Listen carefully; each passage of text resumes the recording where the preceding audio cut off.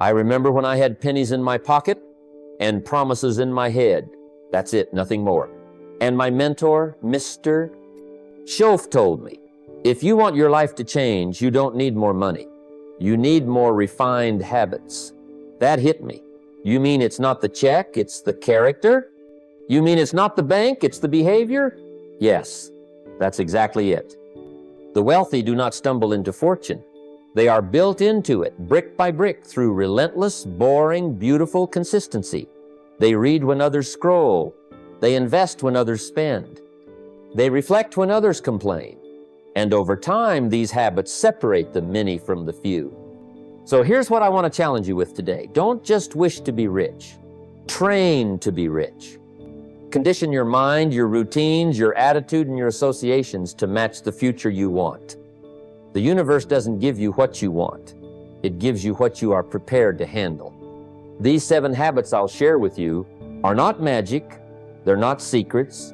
They're simply the truth most people never bother to live. Let's get to it.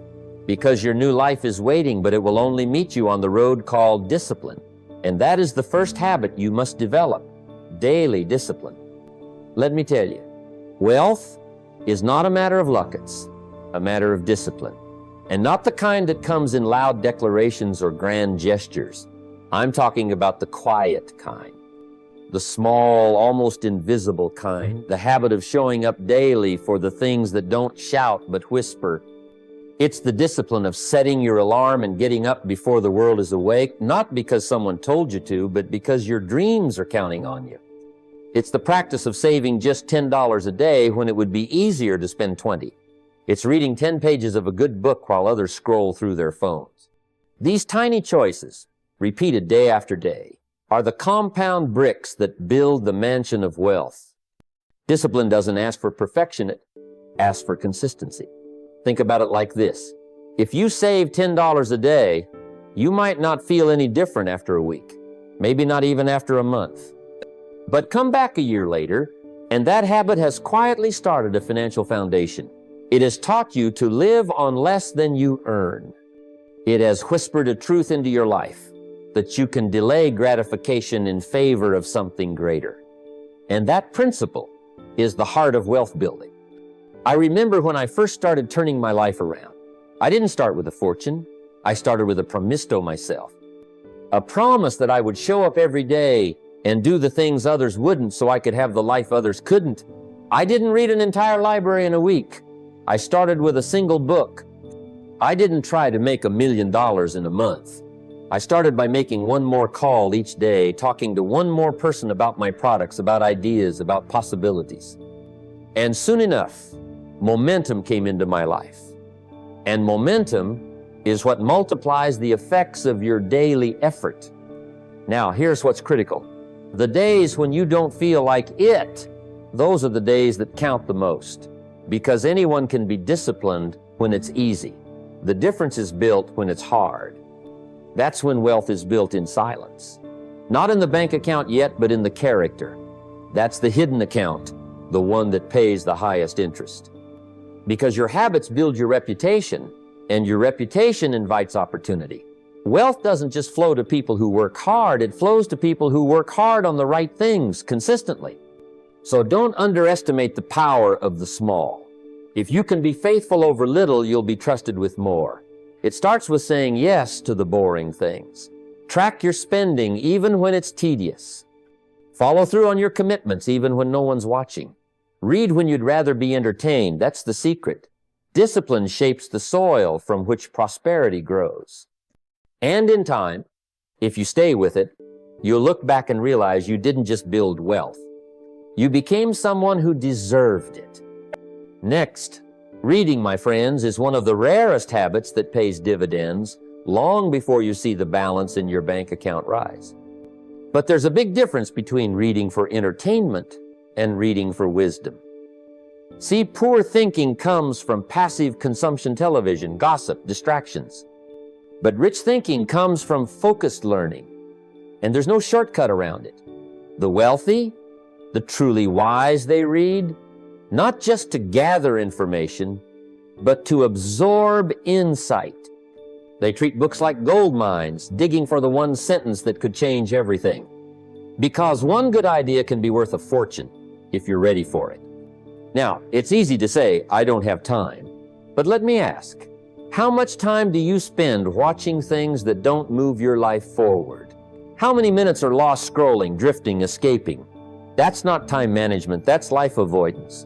I say, give 30 to 60 minutes a day to reading. And not just any reading, strategic reading. Pick up books on wealth, money management, decision-making, human behavior. Read the biographies of those who started with nothing and built empires. Learn their patterns. Discover how they thought during crisis, how they invested when others were afraid, how they treated people on the way up. When I was just starting out, I had no money. But I had a mentor who said, if you don't have money, you better have wisdom. And if you don't have wisdom, you better find a book. So I did. I found the library. I sat for hours with books on success, economics, psychology, and strategy. I wrote in notebooks, underlined passages, and let those ideas get inside me. I wasn't just reading, I was reprogramming the way I saw the world. Let me tell you what happens when you build this habit. You begin to see connections others miss. You make better decisions, faster. You walk into a negotiation, a conversation, or a crisis, and you're calm because you've read how others faced it and won. You're not surprised, you're prepared. That's the real value of reading for wisdom. It creates a foundation of calm in a chaotic world. It upgrades your judgment. And guess what follows upgraded judgment? Upgraded income. And it doesn't take years to see the change. Just 30 minutes a day of quality reading over 1 year is over 180 hours of self-education. That's the equivalent of a college semester, except this time, it's focused on what builds your life. Do it for 5 years and you'll look back and realize you're not even the same person anymore. Your friends may not understand it. Your old habits may try to pull you back. But you'll be rising, and rising doesn't make noise. It just works. The richest people aren't the ones who look the part. They're the ones who invested in their mind long before they got the reward in their hand. Because once the mind gets rich, the money follows. In a world that runs on likes, swipes, and next-day delivery, thinking long-term has become a forgotten art. But let me tell you something. Every person I've met who built real, lasting wealth had one thing in common. They were willing to think beyond the moment. They were builders, not just consumers. And building takes time. Building anything worthwhile, character, skill, business, wealth, requires vision stretched over years, not days. Most people don't fail because they lack talent. They fail because they quit too early. They dig shallow holes and wonder why they never struck gold. The ones who win, they keep digging, even when the gold isn't visible yet. Short-term thinking is like eating your seed before you plant it. You may feel satisfied for a moment, but you've killed the harvest. Long-term thinking, on the other hand, says, I could buy this now, but I choose to invest instead. It says, I may not get the reward today, but I will get the reward. That's a mindset of wealth. When you start to live this way, you begin to make different decisions. You stop trying to impress people who won't remember you in a week and start doing things your future self will thank you for. I've always believed this. The wealthy don't just live for themselves. They think generationally. They build so their children and their children's children won't have to start from scratch. They plant trees under whose shade they may never sit. That's real legacy. That's purpose. And purpose gives you the patience to wait while the rest of the world rushes. When I was younger, I wanted success fast. But fast rarely lasts. I learned that anything you gain too quickly, you probably didn't earn deeply. And what you didn't earn deeply, you'll likely lose easily. So I started shifting my mind from next month to next decade. I asked myself, what habits do I need now that will bless me in 10 years? That one question changed how I spent my time, how I used my money, who I surrounded myself with. Let me be honest with you. Thinking long-term isn't glamorous. It's quiet, it's repetitive, It's saving when no one sees, reading when no one claps, practicing when there's no applause. But that's what separates those who rise from those who stay stuck. Long-term thinking gives you emotional maturity. It trains you to endure discomfort. It teaches you to build a foundation so strong no storm can shake it. You've got to develop the vision to see the harvest before the seed sprouts. The wisdom to work today for a life you can't yet touch. Write out a 5-year vision. Be bold. Be specific. Where will you live? What will you earn? Who will you be helping? Then ask yourself, what small steps can I take now to make that real? Because wealth is built one decision at a time, stacked patiently across years of consistency. So don't be afraid to go slow. Be afraid to go nowhere. Wealth doesn't require you to move fast. It requires you to move right and to keep moving. Before you spend $1, ask yourself one question. Is this going to feed me or is it going to bleed me? You see, wealth isn't just about how much money you make. It's about what you do with it. It's about the discipline to choose assets over liabilities, not once, but over and over again. Most people never build wealth because they keep buying things that look good today but cost them tomorrow. That car that loses value the moment you drive it off the lot, that gadget you had to have that now sits in a drawer, those are liabilities. They drain you quietly, constantly. But wealthy people, real wealth builders, they think differently. They look for assets. And what are assets? Assets are things that put money in your pocket. They're real estate that pays you rent, businesses that work even when you're not there, stocks that grow while you sleep, skills that increase your value in the marketplace. These are the silent builders of financial independence. And the beautiful thing is, anyone can start acquiring assets. You don't have to be rich to begin. You just need to change the way you think. I remember early in my journey, I made a decision. I said, from now on, every dollar I earn is going to either grow or serve. And I meant it. I started small. I bought books that built my mind. I invested in audio programs when tapes were still a thing. I paid to attend seminars when I had to borrow money to get there. But those were assets investments in me. And over time, that little stack of knowledge became a mountain of value.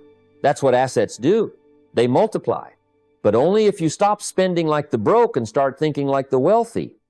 There's a saying, poor people buy stuff, rich people buy income. And it's true. You can either buy something that impresses your neighbors or something that empowers your future. But rarely both. The clothes wear out, the car breaks down, but that stock keeps growing. That business keeps selling. That rental property keeps sending you checks. That skill you mastered, it keeps opening doors long after the applause fades. And here's a little trick before every purchase. Ask yourself, will this item increase in value or decrease? If it increases, it might be worth considering. If it decreases, you're paying for a short-term thrill with long-term regret. And no, it doesn't mean you can't enjoy life. It means you learn to enjoy delayed gratification. You learn to love the process of planting so you can one day harvest. You train your brain to think, how can this dollar work for me? Rather than, how fast can I spend it? I challenge you go through your home, your budget, your lifestyle, identify the liabilities that are silently leaking your wealth, then start replacing them with assets, even small ones. One book, one course, one stock, one rental. That's how it starts, slowly, quietly, but over time, those assets begin to compound. And before you know it, you've built a financial engine that no paycheck can match. Wealth isn't built by accident. It's built by choosing the right path every time you have the chance, and the right path is always the one that builds more than it breaks. Let me tell you something powerful. Most people think they need to have money before they can act wealthy. But that's backwards. Wealth is not just a number in your bank account. It's a state of mind. It's a character you carry, a standard you hold, a discipline you live by. You don't wait to become rich before you adopt rich habits. You start practicing them now. That's how you make room for wealth before it arrives. There's a principle I've seen play out over and over again. Money doesn't change you, it amplifies who you already are. If you're stingy when you're broke, you'll be stingy when you're rich. If you're careless with $100, you'll be reckless with $1 million. But if you're wise, disciplined, and generous now, wealth will simply expand those qualities. So don't wait for more zeros in your bank account to start acting like someone with financial wisdom. Live rich before you become rich, not with luxury, but with mindset. When I was broke, really broke, I used to walk through wealthy neighborhoods not to envy, but to study. I'd look at the houses, the gardens, the way people carried themselves. I wasn't just admiring wealth, I was rehearsing my future. I'd say to myself, this is the life I'm preparing for. This is what I'm building. And I'd go home to my small apartment with peeling paint and worn-out carpet. But I'd treat that place with the same respect. I'd keep it clean, I'd organize my desk, I'd write my goals, because wealth doesn't start when the money arrives. It starts when the mindset shifts. And one of the first shifts you must make is toward gratitude. I've never met a wealthy person who wasn't deeply grateful. Why? Because gratitude tunes your mind to abundance. If you can't appreciate the little you have now, you won't appreciate the lot you'll have later. You'll just want more and more, and that kind of hunger devours peace. So start by giving thanks for what you already have. A roof over your head, food on your table, breath in your lungs. That's your foundation. Another rich habit? Generosity. Most people wait to be rich before they give. But generosity isn't about the amount, it's about the heart. You can give $1, you can give time, you can give encouragement. Giving teaches you that you already have enough to share. It breaks the mindset of scarcity. It builds a spirit of abundance. I used to tip extra when I could barely afford it, not because I was showing off, but because I was showing up as the person I wanted to become. Then there's discipline, the habit that ties it all together. Do you think wealthy people sleep in every day, eat whatever they want, and spend recklessly? Not the ones who stay wealthy. They've trained themselves. They budget. They plan. They say no when it's hard. So why not start now? Why not start keeping promises to yourself before you have anything big to manage? That's how trust is built. And trust in yourself is the real currency of success. So begin today. Wake up a little earlier. Save a little more. Speak with confidence. Dress with dignity. Think with clarity. Live with intention. Walk like someone who knows where they're going, even if you're not there yet. Because if you can live rich in spirit, in discipline, in gratitude, and in generosity, the wealth will have no choice but to follow. The universe responds to people who are ready. So become ready. Don't just prepare your bank account. Prepare your character. Wealth will fill whatever container you've built for it. Build something strong. Build something worthy. Build it now. If you don't know where your money is going, I can guarantee it's already found somewhere else to live. That's just the truth. Money, like time, is always moving, and if you're not the one directing it, someone else is. One of the biggest reasons people stay broke isn't because they don't make enough, but because they don't pay attention. They spend blindly. They swipe cards without knowing what's left in the account. They sign up for subscriptions they forget they even have, and then they wonder where the money went. The truth is, it didn't vanish. It was spent, just not with awareness. Wealthy people do something very different. They treat every dollar like it matters, because it does. They know what comes in. They know what goes out. They track, they record, they evaluate, not because they're stingy, but because they're wise.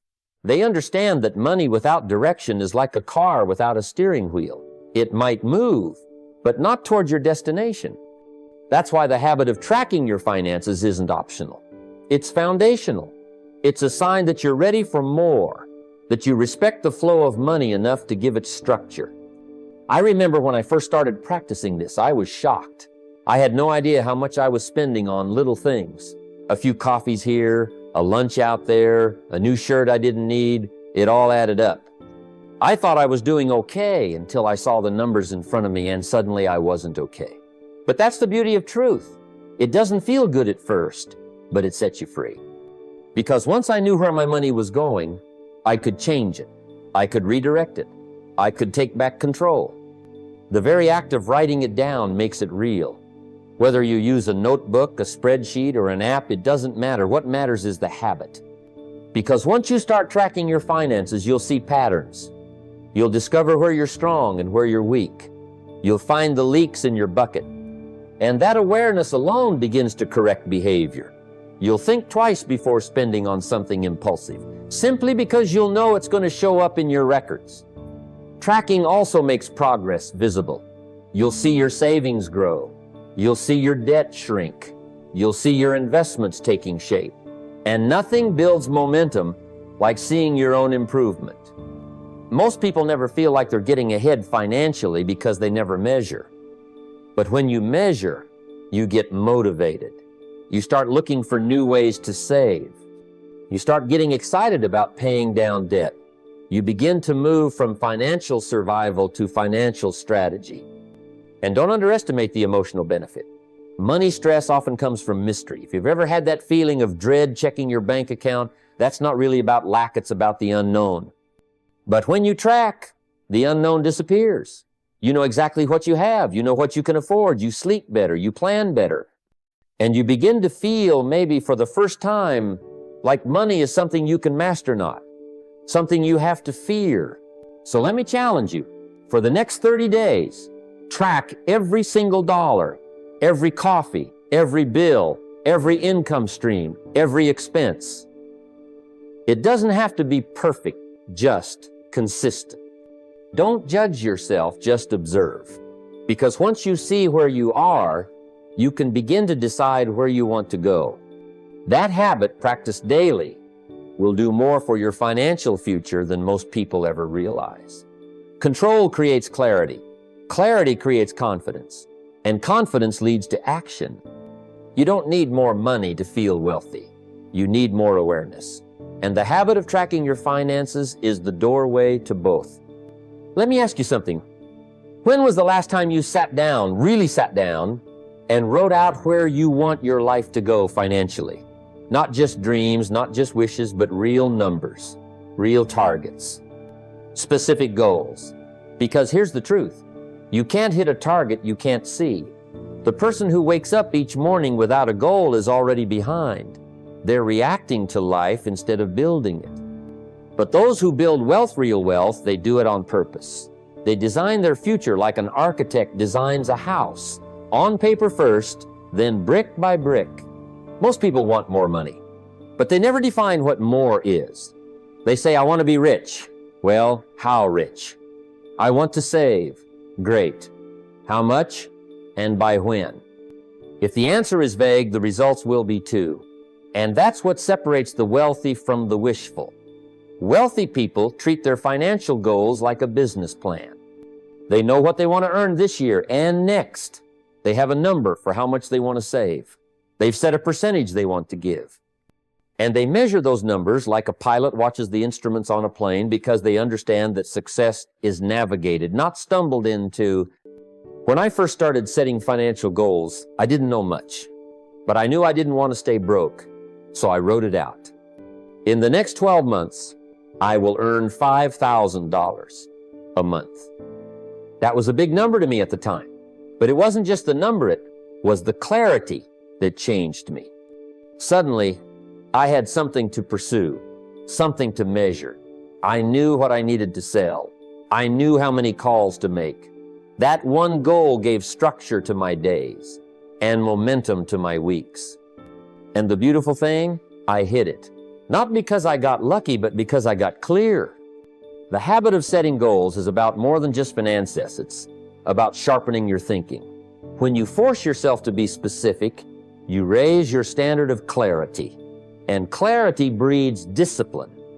When you know what you're after, you don't get distracted by everything that isn't it. You stop wasting time. You stop buying things you don't need. You stop saying yes to what takes you off course. That's the power of clear goals. They become a filter for your actions.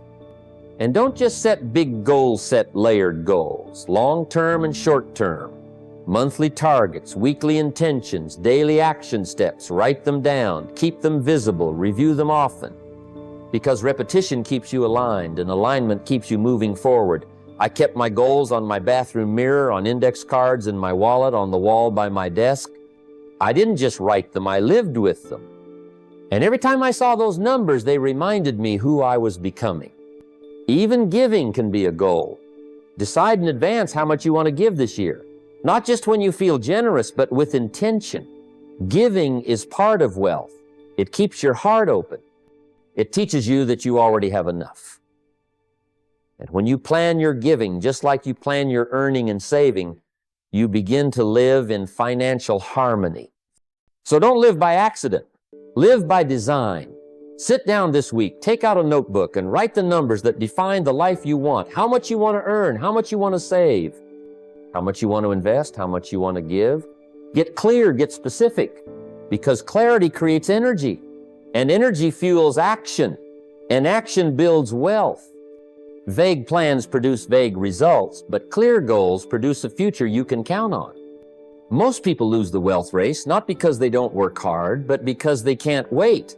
They want the reward today, the car today, the vacation now, the luxury immediately. But wealth doesn't work that way. It isn't earned by speed, it's earned by patience. It grows like a tree, slow, steady, and invisible at first. But just like you don't plant a seed today and expect fruit tomorrow, you don't make a little money today and expect riches overnight. The secret? Delayed gratification.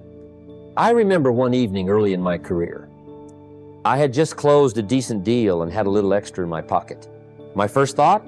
Let's go celebrate, get a new suit, maybe even a new watch. But I paused. I asked myself, do I want the feeling of wealth or do I want the reality of it? That night I didn't buy anything. I took that money and put it into an investment. It wasn't flashy. It didn't make me feel powerful in the moment, but that one act repeated dozens of times over the years, that's what built the foundation. Because the wealthy know this wealth is not about looking rich today, it's about being rich tomorrow. When you choose to delay a purchase, you're not denying yourself, you're deciding for your future. That's a powerful distinction. You're telling yourself, I'm worth more later. You're saying, I trust the future I'm building more than the rush I'd get right now. That is mental strength, that is emotional maturity, and it's rare.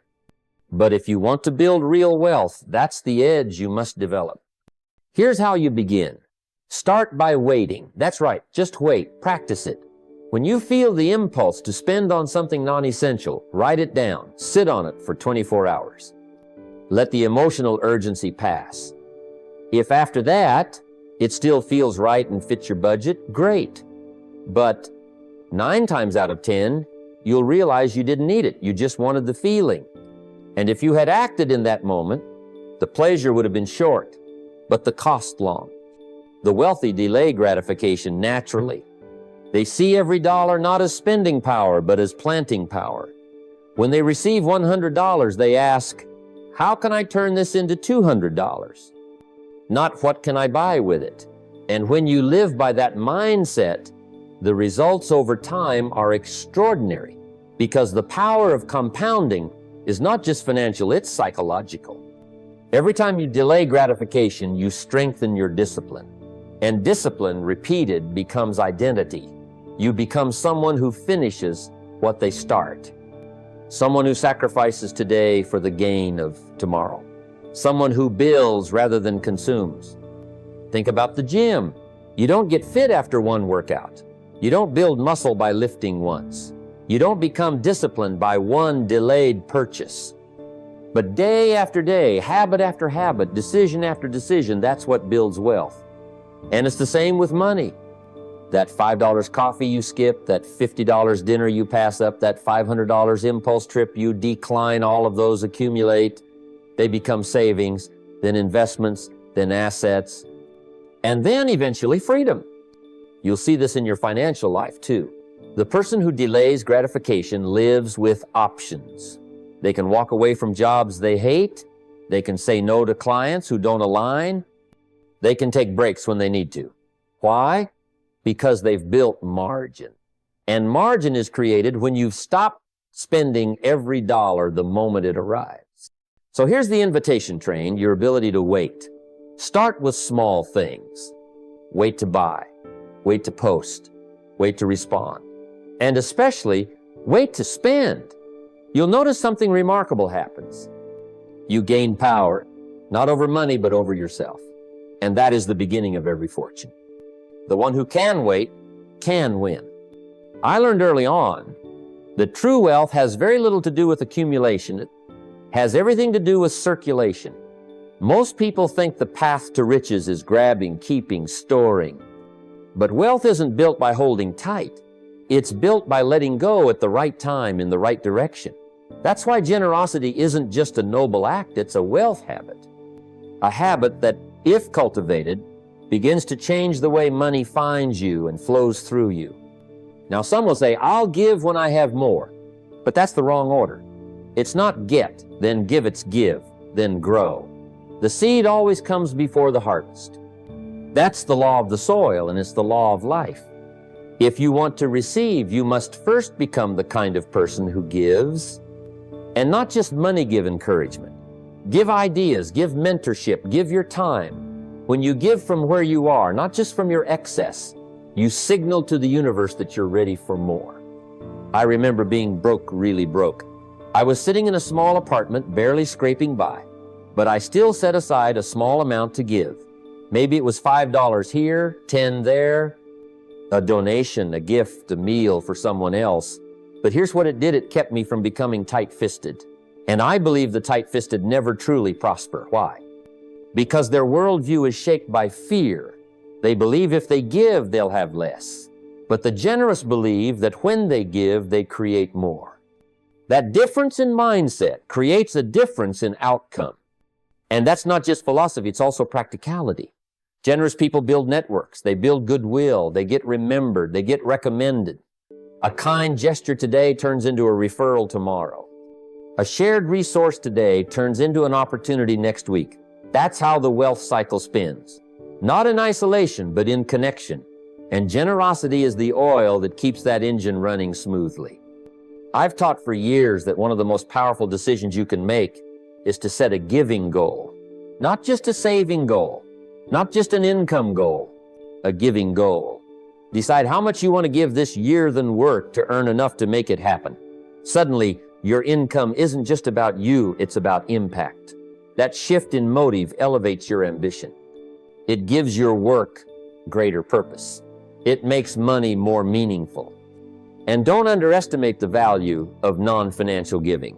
Share what you know. Mentor someone. Teach the principle that changed your life. Each time you do, you multiply the value of your experiences.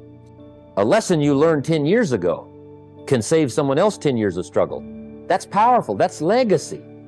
The truth is, the most fulfilled people I've met weren't just rich in bank accounts, they were rich in spirit. They lived lives of contribution. And they weren't waiting for a certain dollar amount to start, they were giving as they went. And the more they gave, the more they grew. Because the generous soul doesn't run dry, the generous soul stays in flow. So build this habit now. Make generosity part of your rhythm. Tip extra. Give anonymously. Teach freely. Uplift intentionally. And watch what happens. Life tends to give more to those who give well. Because when you pour out, you make space for what's next. And that space is where your future fortune begins.